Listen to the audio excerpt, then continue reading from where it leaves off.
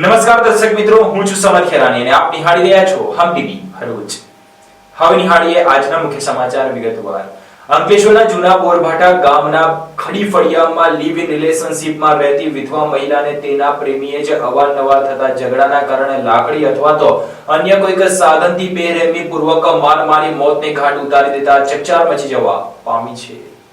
અંકલેશ્વર તાલુકાના જૂના બોરભાટા ગામના ખડી ફળિયામાં લિવ ઇન સંબંધમાં રહેતી વિધવા મહિલાની કરુણ હત્યાનો બનાવ સામે આવ્યો છે। પ્રેમ સંબંધના કારણે સાથે રહેતા પુરુષે ઝઘડાના કારણે મહિલાને લાકડી કે અન્ય સાધનોથી માર મારી ગંભીર ઈજા પહોંચાડતા તેણીનું મોત નીપજ્યું હોવાની ફરિયાદમાં જણાવ્યું છે। મૃતક મહિલા જયાબેન વિનોદભાઈ રાઠોડ વિધવા છેલ્લા 6 મહિનાથી આરોપી રામસિંહ ઉર્ફે રાયસિંહ દામજી વસાવા રહે ખડી ફળિયું જૂના બોરભાટા તાલુકા અંકલેશ્વર સાથે લગ્ન વિના પતિ પત્નીની જેમ રહેતી હતી। બંને વચ્ચે અવારનવાર ઝઘડા થતા હોવાનો પણ ફરિયાદમાં ઉલ્લેખ છે। તારીખ 31/1/2026 ના રોજ બપોરે 3 થી 4 વાગ્યાના સમયગાળામાં આરોપીએ કોઈ કારણસર ગુસ્સામાં આવી જઈને જયાબેનને તેના ઘરે જ લાકડી અથવા અન્ય સાધનથી આખા શરીરે માર માર્યો હતો। ગંભીર રીતે ઈજાગ્રસ્ત થયેલ જયાબેનને સારવાર માટે કોઈ દવાખાને લઈ જવાઈ ન હતી અને આખી રાત કણસતી હાલતમાં રાખવામાં આવતા તેણીનું મોત થયું હતું। આ બનાવની જાણ મૃતકના પુત્ર સુરેશભાઈ વિનોદભાઈ રાઠોડ ઉંમર વર્ષ 18 ને આરોપીના પરિવારજનો દ્વારા જાણ કરવામાં આવી હતી। સ્થળ પર પહોંચતા તેમની માતા મૃત હાલતમાં મળી આવી હતી, જેમાં હાથ અને પગ ભાંગી જવાના નિશાન તેમજ શરીર પર મારના ઘા જોવા મળ્યા હતા। ફરિયાદના આધારે પોલીસ આરોપી રામસિંહ ઉર્ફે રાયસિંહ વસાવા સામે હત્યાનો ગુનો નોંધ્યો છે અને આગળની તપાસ હાથ ધરી છે। બનાવથી સમગ્ર વિસ્તારમાં ચકચાર મચી જવા પામી છે। મેં જૂના બોરભાટા ગામ રેમ છું। એને લોકોએ મારેલો ને મારા ઘરે હતો ઘરે દબાઈને મોંમાં ડૂગાડીને પાટે બાટે ભાંગી નાખેલા। કોને માર્યું? એના ઘરવાળા રાયસિંહ એ કોણ મારનાર તારું? મારું મારી મમ્મી થાય એ ખબર નહીં મને કોનો હોય તો। ભરૂચ અંકલેશ્વરને જોડતા નર્મદા નદીના ગોલ્ડન બ્રિજ નજીક ફરવા ગયેલા પુનગામનો યુવક અને યુવતી પૈકી યુવતી ફોટોગ્રાફી કરતી વખતે તેનો પગ લપસતા તે નર્મદા નદીના પાણીમાં તણાતા તેને બચાવવા ગયેલ યુવાન નર્મદા નદીના પ્રવાહમાં તણાયો હતો। સ્થાનિકોએ યુવતીને બચાવી લીધી હતી, જોકે યુવાન ડૂબી ગયો હતો। અંકલેશ્વર ભરૂચ ખાતે આવેલા ગોલ્ડન બ્રિજ નજીક શનિવારે એક દુર્ઘટના સર્જાઈ। બ્રિજના છેડે ફોટોગ્રાફી કરતી વખતે એક યુવતીનો પગ લપસતા તે નદીમાં પડવાની કગાર પર આવી ગઈ હતી। યુવતીને બચાવવાના પ્રયાસમાં સાથે આવેલ એક યુવક નર્મદા નદીમાં પડી જતા લાપતા થયો। મળતી માહિતી મુજબ ભરૂચના પુનગામ વિસ્તારના નયન વસાવા અને હિરલ વસાવા ગોલ્ડન બ્રિજ પર ફરવા માટે આવ્યા હતા। આ દરમિયાન ફોટોગ્રાફી કરતી વખતે હિરલ વસાવાનો પગ અચાનક લપસ્યો હતો। યુવતીને બચાવવાનો પ્રયાસ કરતા નયન વસાવા નર્મદા નદીમાં ખાબક્યો। સ્થાનિક લોકોની મદદથી યુવતીને તરત જ સુરક્ષિત બચાવી લેવામાં આવી, પરંતુ યુવક નદીના તેજ પ્રવાહમાં વહેતો ગયો। ઘટનાની જાણ થતાં જ ફાયર વિભાગની ટીમ સ્થળ પર પહોંચી અને નર્મદા નદીમાં બોટ તથા તરવૈયાઓની મદદથી યુવકની શોધખોળ માટે સર્ચ ઓપરેશન શરૂ કરવામાં આવ્યું। ભરૂચ એલસીબી પોલીસે બાતમીના આધારે અંકલેશ્વરના નવા છાપરા ગામમાં પોતાના મકાનમાં દારૂનો જથ્થો છુપાવી રાખનારને આશરે 3 લાખના દારૂના જથ્થા સાથે ઝડપી પાડ્યો હતો, જો કે દારૂ મોકલનાર બેને વોન્ટેડ જાહેર કરવામાં આવ્યા છે। અંકલેશ્વર શહેર બી ડિવિઝન પોલીસ સ્ટેશન હેઠળની એલસીબી ટીમે નવા છાપરા ગામના પટેલ ફળિયામાં વિદેશી દારૂના ગેરકાયદેસર વેપાર સામે મોટી કાર્યવાહી કરી છે। રેડ દરમિયાન અંદાજે ₹2.99 લાખથી વધુના પ્રોહિબિશન મુદ્દામાલ સાથે એક આરોપીને ઝડપી પાડવામાં આવ્યો છે, જ્યારે 2 આરોપીઓ ફરાર હોવાનું જાણવા મળ્યું છે। બાતમીના આધારે પટેલ ફળિયામાં રહેતા વિઘ્નેશ રાજુ વસાવાના મકાનમાં તપાસ કરતા ભારતીય બનાવટના વિદેશી દારૂની મોટી માત્રા મળી આવી। તપાસમાં ₹1,08,000 કિંમતની 750 મિલીની બોટલો, ₹1,83,875 કિંમતની 180 મિલીની બોટલો તેમજ ₹7,600 કિંમતના બિયરના ટીન મળી કુલ 666 નંગ બોટલ તથા ટીમ જપ્ત કરવામાં આવ્યા હતા। કુલ મુદ્દામાલની કિંમત ₹2,99,975 રાખવામાં આવી રહી છે। પકડાયેલા આરોપીએ દારૂ રાખવા માટે કોઈ પાસ કે પરમિટ ન હોવાની કબૂલાત કરી હતી। તપાસ દરમિયાન ખુલ્યું કે આ ગેરકાયદેસર દારૂની હેરાફેરીમાં મિતેશ ઉર્ફે કાલુ ઈશ્વર વસાવા તથા અલ્પેશ ઉર્ફે અપ્પો વિનોદ વસાવા સંડોવાયેલા છે, જે હાલ ફરાર છે। ફરાર આરોપીની ધરપકડ માટે શોધખોળ ચાલુ હોવાનું પોલીસે જણાવ્યું છે। યુનિયન બજેટ બાદ અંકલેશ્વરના ઉદ્યોગ જગતમાં આશાવાદી માહોલ જોવા મળી રહ્યો છે। એમએસએમઈ, ઇન્ફ્રાસ્ટ્રક્ચર અને લોજિસ્ટિક પર ભારને ઉદ્યોગકારોએ આવકાર્યા છે, તો કેમિકલ અને ફાર્મા ઉદ્યોગને લાંબા ગાળે લાભની અપેક્ષા વ્યક્ત કરવામાં આવી છે। સંસદમાં રજૂ કરાયેલા દેશના યુનિયન બજેટને એશિયાની સૌથી મોટી ઔદ્યોગિક વસાહત ગણાતી અંકલેશ્વરના ઉદ્યોગકારો તેમજ અર્થશાસ્ત્રીઓએ સમૂહ રૂપે આવકાર આપ્યો છે। વૈશ્વિક સ્તરે ખાસ કરીને અમેરિકા સાથે ચાલી રહેલા ટ્રેડ વોરના પડછાયામાં રજૂ થયેલા બજેટથી ભારતીય ઉદ્યોગોને નવી દિશા અને આત્મવિશ્વાસ મળશે તેવી અપેક્ષા વ્યક્ત કરવામાં આવી છે। કેન્દ્ર સરકાર દ્વારા રજૂ કરાયેલા બજેટમાં એમએસએમઈ સેક્ટરને વધુ સશક્ત બનાવવાનો સ્પષ્ટ પ્રયાસ દેખાઈ આવે છે। તે અંકલેશ્વર ભરૂચ જેવા ઉદ્યોગ પ્રધાન વિસ્તાર માટે મહત્વપૂર્ણ માનવામાં આવી રહ્યો છે। કેમિકલ અને ફાર્મા ઉદ્યોગોના દ્રષ્ટિકોણ દ્રષ્ટિકોણે આ બજેટ આશાવાદી હોવાનું ઉદ્યોગપતિ વાલમજી દેસાઈએ જણાવ્યું હતું. તેમના જણાવ્યા મુજબ ઉત્પાદન વધારવા અને નવા રોકાણોને આકર્ષવા માટે કરાયેલ જોગવાઈ ઉદ્યોગોને લાંબા ગાળે લાભ આપશે. અંકલેશ્વર ઇન્ડસ્ટ્રીઝ એસોસિએશનના પૂર્વ પ્રમુખ મહેશ પટેલે જણાવ્યું હતું કે વર્ષ 2047ના વિકાસલક્ષી દ્રષ્ટિકોણને ધ્યાનમાં રાખીને તૈયાર કરાયેલા બજેટમાં ઇન્ફ્રાસ્ટ્રક્ચર અને ટ્રાન્સપોર્ટેશન પર ભાર મૂકવામાં આવ્યો છે, જેનાથી ઉદ્યોગોના લોજિસ્ટિક ખર્ચમાં ઘટાડો થવાની સંભાવના છે. આ પગલાં ઉત્પાદન ક્ષમતાને વેગ આપશે તેમણે ઉમેર્યું. તેમ છતાં ઉદ્યોગ જગતનું માનવું છે કે બજેટની સફળતા માત્ર ઘોષણાઓ પર નહીં પરંતુ તેના અસરકારક અમલ પર આધારિત રહેશે. જો નીતિઓનો લાભ તળિયાના સ્તર સુધી પહોંચશે તો જ આ બજેટ દેશની અર્થવ્યવસ્થાને નવી ઊંચાઈએ પહોંચાડવામાં સચોટ સાબિત થશે. ઉદ્યોગકારોમાં આશા સાથે સાથે સરકારના પગલા પ્રત્યે સાવચેત નજર પણ યથાવત જોવા મળી રહી છે. આજનું બજેટ આજના દિવસને ધ્યાન રાખીને નથી આપવામાં આવ્યું. આવનારા ભારત નિર્માણ 2047ના ધ્યાને રાખીને આપવામાં આવ્યું છે. આપ જોઈ શકશો કે MSME ને પ્રાધાન્ય આપવામાં આવ્યું છે. 10,000 કરોડથી વધારે બજેટ એને ફાળવવામાં આવ્યું છે. એને ઇન્ફ્રાસ્ટ્રક્ચર MSME માં આપો એટલે રોજગારી વધે અને બચત થાય. ઇન્ફ્રાસ્ટ્રક્ચર એટલે રેવન્યુ પણ સરકારની વધે અને વ્યક્તિગત આવક વધે. એ જ રીતે મહિલા ઉત્થાન માટે દરેક જિલ્લામાં દીકરીઓ માટે હોસ્ટેલની આ યોજના કરી. આ કદાચ હું માનું છું કે આ ભારત વર્ષમાં પહેલી વાર આ આયોજન થઈ રહ્યું છે. સાથે સાથે મહિલા ઉત્થાન માટેના પણ ઘણા કાર્યો ક્રેડિટ લેવલથી માંડીને નાના નાના યોજનાઓ સાથે આત્મનિર્ભર ભારત માટે રક્ષા બજેટ સારામાં સારું ફાળવ્યું છે. આરોગ્ય અને શિક્ષણ માટે પણ આપ જોઈ શકશો કે આયુર્વેદ ઉપર વિચારી રહ્યા છે. પછી ભારતીય સંસ્કૃતિ, સનાતન સંસ્કૃતિ, ધાર્મિક સ્થળો, લોથલ જેવી સંસ્કૃતિ જેવા 15 સ્થળોને ડેવલપ કરવાના. આ ઇન્ફ્રાસ્ટ્રક્ચરથી શું થશે કે લોકો સુખાકારી તરફ જશે, એમ પ્રવાસન અને ધર્મ સ્થળે જશે, ત્યાં લોકલ રોજગારી મળશે અને આપોઆપ સરકારને રોજગારી મળશે. સાથે સાથે તમે જો રેલવે બજેટ ઉપર બહુ ધ્યાન આપવું, ઉદ્યોગનો વિકાસ કરવો અને રોજગારી આપવી હોય તો ટ્રાન્સપોર્ટ ઇન્ફ્રાસ્ટ્રક્ચર બહુ જોઈએ.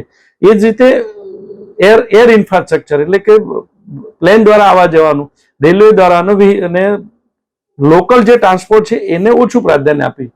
ટ્રાન્સપોર્ટ રેલવેથી થાય એટલે એર પોલ્યુશન, અવાજ, આ બધાની બચત થાય. રોડના ઇન્ફ્રાસ્ટ્રક્ચર સાથે કોસ્ટ બચે. સારા રોડ હોય તો, સારા રેલવે હોય તો ટ્રાન્સપોર્ટ કોસ્ટ બચે. એટલે પબ્લિક સપ્લાય માટેની જે વસ્તુ છે અને ઇન્ડસ્ટ્રીયલ સપ્લાય માટેની, એક્સપોર્ટની, આ નાની નાની વસ્તુ છે પણ આવનારા દિવસમાં બહુ મોટી બચત છે. અને વ્યક્તિ નિર્માણની વાત છે. તમે જોજો કે આયુર્વેદ, આ બધા જે નાના નાના છે ને, વ્યક્તિના નિર્માણ માટેના, કે વ્યક્તિ મજબૂત બની શકે, આરોગ્યથી અને તન મનથી મજબૂત થઈ શકે. તમે રાષ્ટ્ર નિર્માણ માટે વ્યક્તિ નિર્માણની વાત કરીએ ને તો આ બજેટ આજે નહીં તમને ખ્યાલ આવે વ્યક્તિ નિર્માણનો, પણ ઇન્ફ્રાસ્ટ્રક્ચર નિર્માણથી રાષ્ટ્ર નિર્માણ એ વ્યક્તિ નિર્માણથી થશે. એટલે આનું રિઝલ્ટ તમને 8-10 વર્ષ પછી દેખાશે. નાની નાની વસ્તુ તમે જુઓ કે અત્યારે સરકારે ફૂડ બિલ આપે છે કે 2-3 લાખ કરોડ રૂપિયા ગરીબ પરિવારોને ફૂડ આપે છે. એ કેમ કે માનવીનું જે કુપોષણનું પ્રમાણ છે આદિવાસી વિસ્તારમાં કે ગરીબો, એ દૂર થશે એટલે તન અને મન બંને મજબૂત થશે અને એ રાષ્ટ્ર માટે કામ કરશે. જ્યારે એનું પોતાનું સુખાકારી થશે એટલે પછી શું છે, અલ્ટિમેટલી રાષ્ટ્ર છે. એટલે જાપાન દેશ જે રીતે આગળ વધ્યો રાષ્ટ્ર નિર્માણ અને રાષ્ટ્ર ભાવનાથી, બસ એ જ અભિગમથી આપણી સરકાર નવું બજેટ લઈને આવી છે. બીજું, ઉદ્યોગોના ઇન્ફ્રાસ્ટ્રક્ચર અને MSME ના વિકાસથી MSME BSC માં આવશે એટલે કે શેર બજારમાં આવશે. તો 100 કરોડની એક ઇન્ફ્રાસ્ટ્રક્ચર 100 કરોડ શેર બજારમાં આવશે. તો ઇન્ડસ્ટ્રી તો કમાઈને આપે છે, શેર બજારમાં જે લે વેચની જે પ્રાઇસ વધે 100 કરોડની 200 કરોડ, તો એમાં 10-12% જે નફો વધારો થયો એ નફો વ્યક્તિ જોડે આવશે ને ટેક્સ રૂપે સરકારના આવશે. એટલે આ નાની વસ્તુ છે પણ આવનારા ભવિષ્ય માટે બહુ મોટી વાત છે. અંકલેશ્વર JDC ના સ્પોર્ટ્સ કોમ્પ્લેક્સ ખાતે આયોજિત JCL3 ક્રિકેટ લીગ ટુર્નામેન્ટ સમાપન થઈ હતી. આ ટુર્નામેન્ટમાં ફ્લાવર 11 ટીમે શાનદાર પ્રદર્શન કરતા જીત હાંસલ કરી હતી. અંકલેશ્વર JDC સ્થિત સ્પોર્ટ કોમ્પ્લેક્સ ખાતે GCL3 ક્રિકેટ લીગ ટુર્નામેન્ટનું ઉત્સાહભેર આયોજન કરવામાં આવ્યું હતું. ટુર્નામેન્ટમાં કુલ 6 ટીમોએ ભાગ લીધો હતો. ફાઇનલ મેચ ફ્લાવર 11 અને ગુરુકૃપા વોરિયર વચ્ચે રમાઈ હતી. ફ્લાવર 11ની ટીમે પ્રથમ બેટિંગ કરી 160 રન બનાવ્યા. લક્ષ્યનો પીછો કરતી ગુરુકૃપા વોરિયર સામે ફ્લાવર 11ની મજબૂત બોલિંગ અને ફિલ્ડિંગના કારણે મેચમાં પલટો બદલાયો અને અંતે ફ્લાવર 11એ 8 રનથી વિજય મેળવી ટુર્નામેન્ટની ટ્રોફી પોતાના નામે કરી. આપણે અહીંયા GCL3નું આ વર્ષે આયોજન કર્યું છે અને આજની આ પેઢી જે મોબાઈલમાં વ્યસ્ત રહે છે તો એને અંતર્ગત આપણે મેઇન હિન્દુ સમાજ જાગૃત થાય અને એ પોઈન્ટ ઓફ વ્યૂ આપણે અહીંયા આપણો ગ્રાઉન્ડનો ઉપયોગ સારો ગ્રાઉન્ડનો ઉપયોગ કરીને આપણે GCL 3નું આયોજન કર્યું. સિઝનમાં 6 ટીમોએ ભાગ લીધો હતો એમાં, અને આજે એના અંતર્ગત ફાઇનલ યોજાઈ છે. તો આજની આ પેઢી મોબાઈલ છોડીને ગ્રાઉન્ડ ઉપર આવે એ જ ઉદ્દેશથી આ હિન્દુ સમાજ GCL 3નું આયોજન કર્યું ને આજે એની ફાઇનલ છે. તો આ સુંદર મજાનું આયોજન થયું છે. તો આગળ આવા આયોજનો થતા રહેશે. તો અમને સપોર્ટ કરવા માટે આભાર. Thank you.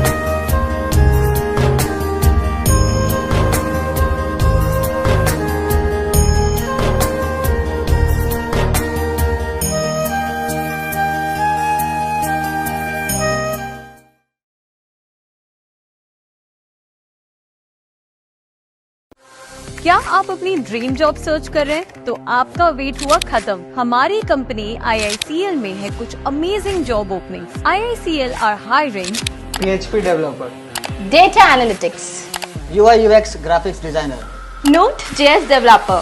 WordPress developer. from all over Gujarat. तो देर किस बात की, अप्लाई करें अभी और बने हमारी डायनामिक टीम का हिस्सा. विजिट करें हमारी वेबसाइट www.iiclindia.com/career या मेल करें अपना रेज्यूमे iiclindia06@gmail.com पर. हमारी टीम में आपको मिलेगा एक इनोवेटिव और क्रिएटिव एनवायरनमेंट ताकि आपकी स्किल्स हमेशा अपडेटेड रहे. Freshers can also apply. Contact now on 7041542766.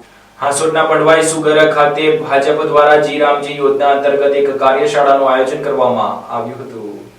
Bharatiya Janata party Bharuch જિલ્લા દ્વારા કેન્દ્ર સરકારની મહત્વાકાંક્ષી જી રામજી યોજના અંગે જાગૃતિ ફેલાવવાના હેતુથી એક કાર્યશાળાનું આયોજન કરવામાં આવ્યું. આ કાર્યશાળા હાંસોડ તાલુકાની પંડવાઈ સુગર ફેક્ટરી ખાતે યોજાઈ હતી. કાર્યશાળામાં રાજ્યના જળસંપત્તિ મંત્રી ઈશ્વરસિંહ પટેલ મુખ્ય અતિથિ તરીકે ઉપસ્થિત રહ્યા હતા. તેમણે હાજર રહેલ ગામના સરપંચો, આગેવાનો, કાર્યકરોને જી રામજી યોજનાની વિગતવાર માહિતી આપી માર્ગદર્શન આપ્યું હતું. મંત્રી ઈશ્વરસિંહ પટેલે જણાવ્યું કે કોંગ્રેસ પાર્ટી દ્વારા જી રામજી યોજના અંગે અપ્રચાર કરવામાં આવી રહ્યો છે, જે ખોટો છે. તેમણે ઉમેર્યું કે આ યોજના અંતર્ગત અગાઉના 100 દિવસના બદલે હવે 125 દિવસની રોજગારી ઉપલબ્ધ કરાવવામાં આવશે. આ કાર્યશાળામાં ભરૂચ જિલ્લા ભાજપના કાર્યશાળા ઇન્ચાર્જ ભૂપેન્દ્રસિંહ, હાંસોડ તાલુકા ભાજપ પ્રમુખ અનંત પટેલ, હર્ષદ પટેલ સહિતના અનેક ભાજપના આગેવાનો અને કાર્યકરો હાજર રહ્યા હતા.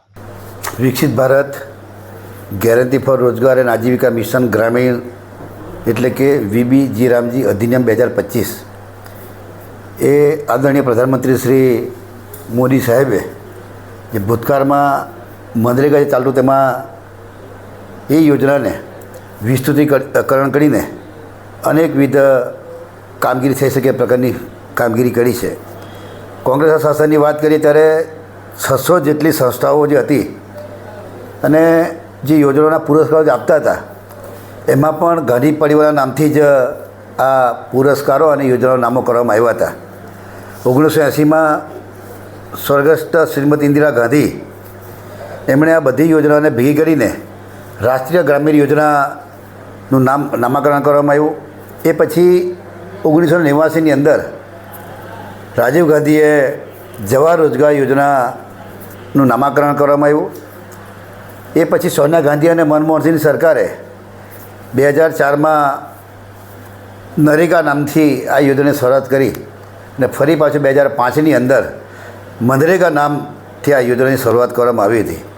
મિત્રો, આ જવાહરલાલ નહેરુનું નામ કોંગ્રેસવાળા જ કહી દીધું હતું, લોકોને એક અપપ્રચાર કરીને કે આ યોજનાઓમાં આમ થશે તેમ થશે, પરંતુ આ યોજનાની અંદર જે વીબીજી રામજી યોજના છે, યોજનાની અંદર જે ભૂતકાળમાં મનરેગામાં 100 દિવસની રોજગારી મળતી હતી, આ યોજનામાં 125 દિવસની રોજગારી પ્લસ ગુજરાત સરકાર દ્વારા વધારાની 60 દિવસની રોજગારી, એટલે કે ખેડૂતોનું ખેતી કામ ચાલતું હોય એની અંદર પણ આ મજૂરોને મજૂરી મળવાની છે. એની સાથે સાથે શિક્ષણનું કામ હોય, આરોગ્યનું કામ હોય, પીવાના પાણીની યોજનાઓ હોય, સ્વચ્છતાનું હોય, સાથે સાથે જળ સંચયના કામો પણ લેવામાં આવ્યા છે કે જે ભૂગર્ભ જળ જે જમીનમાં ઉતારીને લોકોને પાણીનું કામ પર લાગે, વોટરશેડના કામોમાં પણ તળાવ ઊંડા કરાવવા, ચેકડેમ બનાવવા, આવા અનેક પ્રકારની કામગીરી આ યોજનામાં લેવામાં આવી છે. સાથે સાથે આબોહવા પ્રમાણે જોઈએ છે કે પૂર આવ્યું હોય, અતિવૃષ્ટિ થઈ હોય તો એવી કામગીરી પર લેવામાં. જ્યારે ભૂતકાળની અંદર માત્ર માટી મેતેલા રસ્તાઓ જ મનરેગામાં થતા હતા, જ્યારે આ વીબીજી રામજી અધિનિયમની અંદર તમામ પ્રકારની રોજગારીના પણ સાધનો એ થવાના છે. એટલે કે કોંગ્રેસના શાસનમાં 100 દિવસની રોજગારી મળતી હતી, ભારતીય પાર્ટીના શાસનમાં 185 દિવસની રોજગારી મળવાની છે. ભરૂચમાં કબૂતર શોખીનોને પ્રોત્સાહિત કરવા ઓલ ઇન્ડિયન પીજન શોનું આયોજન કરવામાં આવ્યું હતું, જેમાં દેશભરના વિવિધ રાજ્યોમાંથી આવેલા પાલકો દ્વારા 450 જેટલા દુર્લભ અને આકર્ષક કબૂતરોનું પ્રદર્શન કરવામાં આવ્યું હતું.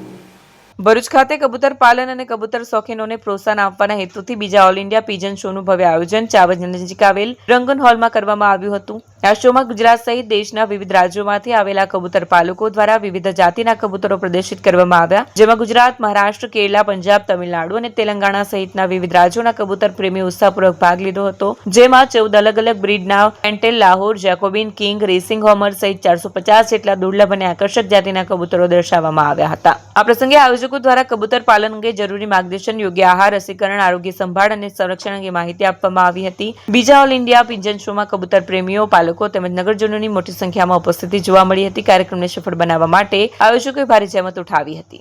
હાલો, મારું નામ તકી પટેલ છે અને આજે અમે આ ઓલ ઇન્ડિયા પીજન શોનું આયોજન કર્યું છે.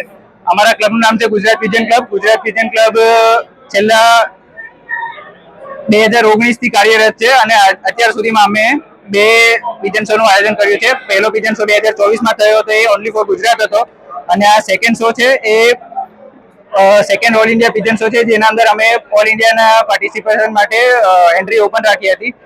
અને આ શોના અંદર ઇન્ડિયાના લગભગ ઘણા બધા સ્ટેટથી, જેવી રીતના કેરળ, મહારાષ્ટ્ર, પંજાબ, તેલંગાણા, તમિલનાડુ, દરેક સ્ટેટથી કબૂતરોએ પાર્ટિસિપેટ કર્યું છે. શોના અંદર લગભગ 450 થી 500 બર્ડ હાજર રહ્યા છે અને આ શોના બર્ડ્સને જજ કરવા માટે ટોટલ 5 જજ આપણે ઇન્વાઇટ કર્યા છે, જેમાં 2 જજ જર્મનીથી આવ્યા છે, 2 જજ બહેરીનથી આવ્યા છે અને 1 જજ આપણા ઓમાનથી આવ્યા છે. અને આ બર્ડ જે છે એનું અત્યારે બહુ સારી રીતના કોમ્પિટિશન ચાલી રહ્યું છે અને અમારો ઉદ્દેશ્ય એ છે કે દરેક માણસ જે કબૂતરને પ્રેમ કરે છે અને એની હોબીને સારી રીતના આગળ વધારી શકે, એના માટે અમે આજે આ શોનું આયોજન કર્યું છે. ભરૂચ મામલતદાર કચેરી ગ્રામ્ય દ્વારા કંચન પ્રોજેક્ટ અંતર્ગત ઘરેલું કચરામાંથી ખાતર બનાવવા અંગેની કાર્યશાળા યોજાઈ હતી. પર્યાવરણ જાળવણી અને વેસ્ટ ટુ વેસ્ટના અભિગમને સાર્થક કરવાના ઉમદા હેતુ સાથે જિલ્લા વહીવટી તંત્રના ઉપક્રમે મામલતદાર કચેરી ભરૂચ ખાતે પ્રોજેક્ટ કંચન અંતર્ગત એક વિશેષ કાર્યશાળાનું આયોજન કરવામાં આવ્યું હતું. મામલતદાર ભરૂચના માર્ગદર્શન હેઠળ યોજાયેલા કાર્યક્રમમાં ઘરેલું ભીના કચરામાંથી જૈવિક ખાતર બનાવવાની પદ્ધતિ અંગે વિસ્તૃત સમજ આપવામાં આવી. આ પ્રસંગે મામલતદાર માધવી મિસ્ત્રીએ જણાવ્યું હતું કે જો દરેક નાગરિક પોતાના ઘરના સ્તરે જ કચરાનું વ્યવસ્થાપન શરૂ કરે તો શહેરની સ્વચ્છતામાં મોટો ફેરફાર લાવી શકાય છે. કંચન પ્રોજેક્ટનું મુખ્ય લક્ષ્ય કચરાને સંપત્તિમાં ફેરવી પર્યાવરણનું રક્ષણ કરવાનું છે. નાગરિકોને રસોડાના કચરાને ફેંકી દેવાને બદલે તેનો ઉપયોગ કરીને ઉત્તમ પ્રકારનું ખાતર કેવી રીતે બનાવી શકાય તે અંગે પ્રત્યક્ષ નિદર્શન આપવામાં આવ્યું. આ કાર્યશાળામાં inner wheel club of Bharuch તથા મોમ્સ ઓફ ભરૂચ જેવી અગ્રણી સામાજિક સંસ્થાઓના પ્રતિનિધિઓ, વિવિધ વિભાગના અધિકારીઓ, સામાજિક કાર્યકરો અને મોટી સંખ્યામાં ભરૂચના જાગૃત નાગરિકો ઉપસ્થિત રહ્યા હતા. બહુ સરસ બનાવટ, એકદમ ફ્રેગ્રન્સ, કિચનના વેસ્ટ, નારંગી, લીંબુ બધું બહુ જ સરસ અંદર મૂક્યું હોય એટલે હવે એની ફ્રેગ્રન્સ સરસ વધવા માંડી. અમુક મિસ્ટેકો જે મારી ફર્સ્ટ ટાઈમમાં થઈ છે ને, તો એ તમે પ્રોપર ગાઈડન્સથી કરશો શરૂઆત, તો તમારી આઈ હોપ કે મિસ્ટેકો નહીં થાય.